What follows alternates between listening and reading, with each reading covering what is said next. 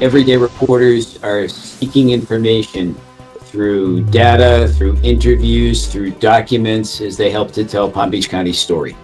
Freedom of information requests in the UK are potentially the biggest tool in the journalism toolbox in order to get information out of authorities. It's one of the most valuable tools a journalist has in the toolbox. They take time to compose. They also have to be carefully written. Then there's the issue of sending them to the right agency.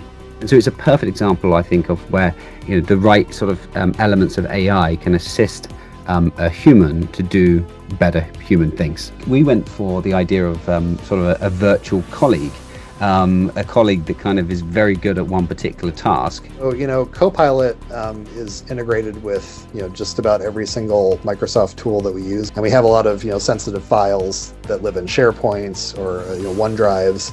And so, using Copilot allowed us to tap into those things without a lot of friction. AI will take over and really craft this into something that's usable. That's a massive time-saving benefit in itself.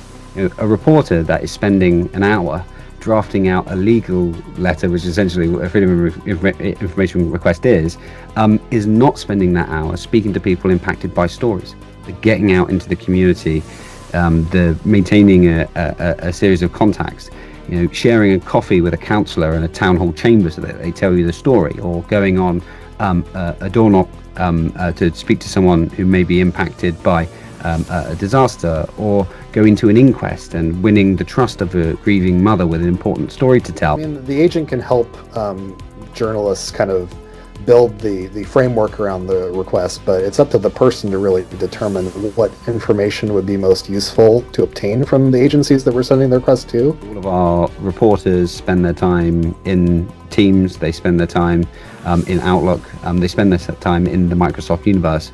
And so having the tool built within there was pretty critical. The key point of rolling out this completely new technology is that if we can do it in a familiar environment, they're probably far more likely to use it. And then again, like being able to point to specific data sources that lived behind our infrastructure was also super important. And so, Copilot allowed us to do both those things. We've had quite a large amount of impact using just this one tool, and that impact is taking the shape of front page stories. A front page is a good litmus test for knowing how good a story is, and we've had multiple front pages from people using the 3D Freedom of Information Copilot agent in order to ask the Freedom of Information request to get that particular story. It's amazing, since we've released Digger, the agent, we're seeing a lot of agents starting to be built by newsrooms.